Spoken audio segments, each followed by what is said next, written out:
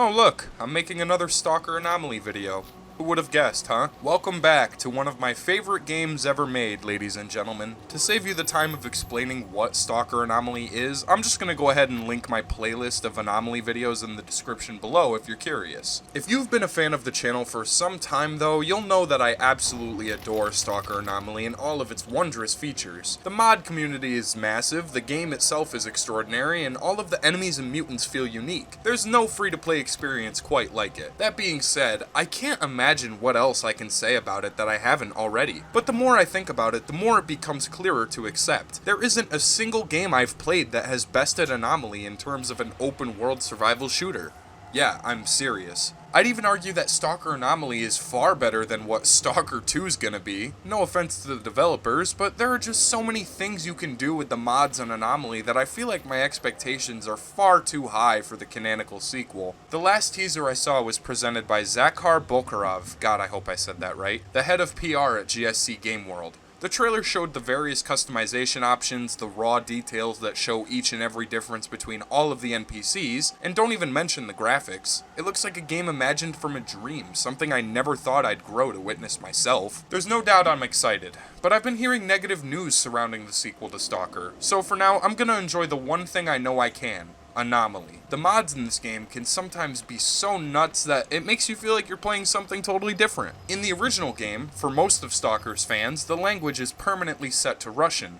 Being the uneducated white boy that I am, I discovered a mod that translates most of the voice lines into English, with the exception of monolithian soldiers, zombie stalkers, and some mercenaries. How good it feels to enjoy a game that is outside of my culture, beautifully crafted in every way. But you're here for me to talk realism, right? Well, I suppose I could lend you a few pointers and a few more tips about Anomaly. When I'm not playing the main campaign, I'm role-playing in multiple different save files with various choices between my characters. One of my favorite things to do, just to fuck off, is playing as a monolithian in warfare mode, which allows you to capture famous landmarks across the zone and occupy them for yourself. It can be super intense, but as long as you have your numbers with you, you can succeed. Another favorite of mine is playing on survival mode. As I've mentioned before, the player is a constant target for the undead that roam the lands. They will slowly make their way to your position at all times, spawning in an indefinite loop.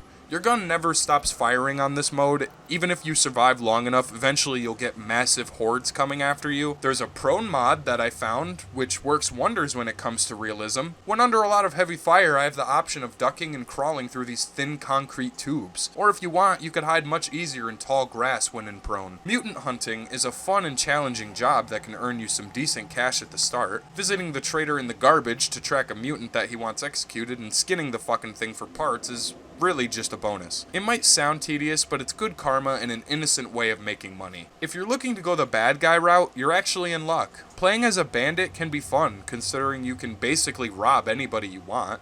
Sure, you'll have to kill them and lower your reputation with that faction, but nobody's gonna exile you within the bandit community. Take it from me, Anomaly is definitely a hard game, even on the easiest difficulty. With realism mods, I tend to steer more for relaxing ones that can immerse me in the game rather than challenge me further. Like the food animations mod, which, yeah, that's pretty self-explanatory. It's just a mod that adds animations to your food and drink items, but it's all the more immersive. This mod also shows an animation of your character harvesting materials from animals or mutants. There's nothing more immersive than being able to light a campfire at night and have a smoke, or to be able to skin an animal that you killed. Another mode I didn't talk about more is known as Warfare. In this mode, the player can assume the role of many different factions of their choosing, and can gain control over the zone by clearing out major landmarks, paving the way for prosperity in your faction's growth and defenses. My favorite faction to play as when engaging in Warfare mode is the Monolith. The reason being the Monolith are the most feared faction of all, often regarded as the boogeymen of the zone. They travel in massive numbers and stop at nothing to convert the entire world to their liking. You can bet for some extremely intense firefights, violent capturing of strongholds and camps, lots of loot to keep for yourself, and best of all, an entire army at your disposal. In Warfare, when you claim a territory as your own, your faction will begin immediately spawning, allowing you to travel to other territories for capture while your team stays behind and defends. As a Monolithian, I like to push into the zone from the north and capture everything from top to bottom of the map. Earn enough respect and fame, you'll unlock the ability to purchase more troops to assist you when needed. You can even buy a helicopter squad that comes in and rains hell down on your attackers. Keep in mind, you can do this as any playable faction in the game. Even bandits, one of the lowest tiered factions to play, can rise up and become the new leaders of the broken world. Warfare has so many possibilities, and over time the zone will become a constant war zone as different factions fight together or separately to gain total control of it. Once you capture an enemy's territory, the respectful NPCs will fill the void in your faction. For example, since I killed the freedom mechanic in the army warehouses, we now have a replacement mechanic for the monolith. It's super cool like that. Another mode I didn't elaborate much on was Azazel mode. I've mentioned this a few times in the past, but here I can actually dive deeper into what makes Azazel a great, challenging mode for beginners. I've heard someone else refer to Azazel mode as the Escape from Tarkov mode, and honestly it's really not far off. Basically, every time you die, you become a totally different stalker in the zone. Different gear, weapons, health, food, names, and characters each new attempt. The reason that it's a challenging mode is because it has permadeath. For example, if I started off as a monolith and died in the middle of a gunfight, there's a small possibility I could become the very stalker that killed me in the past life. Or I could become someone totally different in the zone, find where my previous stalker died before, and then loot him to collect my lost items. It's pretty immersive for players to experience this mode. You might find all sorts of different loot options and tactical approaches that work in your favor the more you play. And if you lose a lot of progress on a character, you can always track down the body and loot it if you're quick enough. Look at how cool this is. I started off as a Spetsnaz soldier, died, and then resurrected as a monolithian with damaged gear and little ammunition. This mode takes you all over the place, and I think it's super cool. Then of course you have my all-time favorite mode, Survival. As I've previously mentioned in my other videos, Survival mode speaks for itself. You're put up against endless waves of infected with brainwashed stalkers and zombies constantly homing in on your position. There's no hiding, there's no escape, no cure. You'll be put to the ultimate test as hordes of infected make their way to your position. This mode can be challenging, as each new day that passes, the zombie population will grow immensely in size and strength. You're in a world of trouble if you let yourself get cornered in an inescapable place. The infected stalkers are similar to zombies, but don't attack you with intense strength and speed.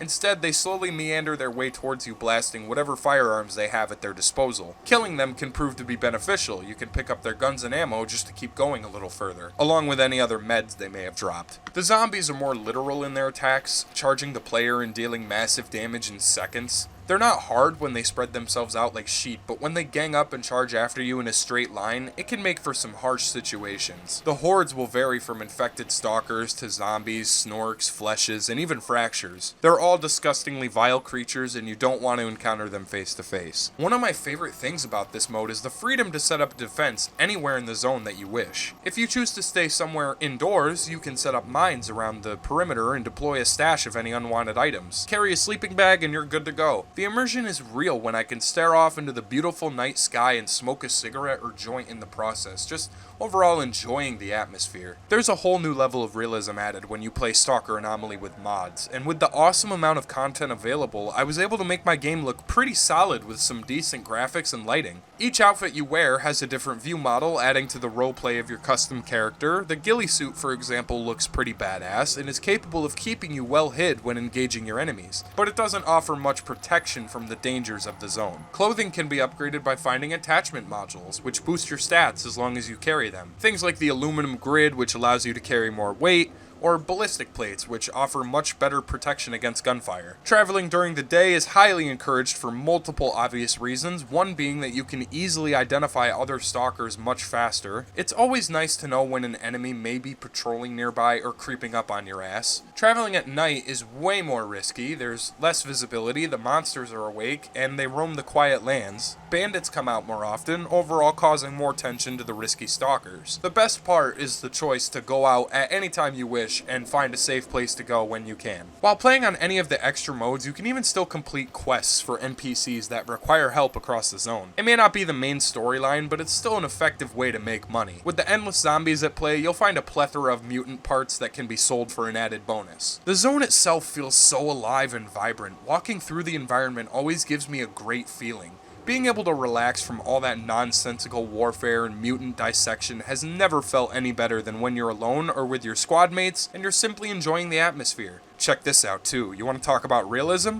I raided the army warehouses as the monolith. After completely ridding freedom from the premises, I took a quick look at my PDA and noticed a barrage of duty soldiers headed towards our newly claimed base. Damn, freedom was so desperate that duty came by to intervene. and that's crazy. I recently discovered a new mod that invested me further into Anomaly's realism, known as Stealth 2.3. With this mod, enemies will attack your last known location if they don't have a good view of your ugly face. This grants you the advantage of switching positions and flanking them, or often, they'll just walk right by me, like these two fucking bozos. They could have easily killed me, but thanks to the stealth mod, I had the upper hand. Keep in mind, my gameplay might make it seem like a breeze, but I've been using mods, some debug features, and graphical enhancements. The base experience of Anomaly is pretty tough for beginners, but once you discover all of the crazy cool things you can do, it's no longer a competition. Stalker Anomaly knocks every other free-to-play game out of the water. It has excellent sound design, superb combat physics and mechanics, and, well, I mean, I've made 4 other fucking videos on the game, so I guess it just goes without saying that I love it. It'll be pretty tough for GSC to compete with this fan-made project, but I know it's not their fault that they're going through a rough time right now, but looking back at all the Stalker games as a whole, I still find myself playing Anomaly the most. It'll always stand out to me as one of the all-time greatest for creating a phenomenal fictional story within another great video game series. I'm hopeful that in the future we will see some great news relevant to Stalker 2, but as of right now, Anomaly hasn't only redefined realism, but it proves that you don't need to spend $1 to enjoy a fun, open-world, immersive, apocalyptic role-playing game. Thanks again for watching, everybody, and as always, I'll see you next time. Thanks again for watching the video, ladies and gents. Leave a like, comment, and as always, enjoy yourself. Hopefully you stick around.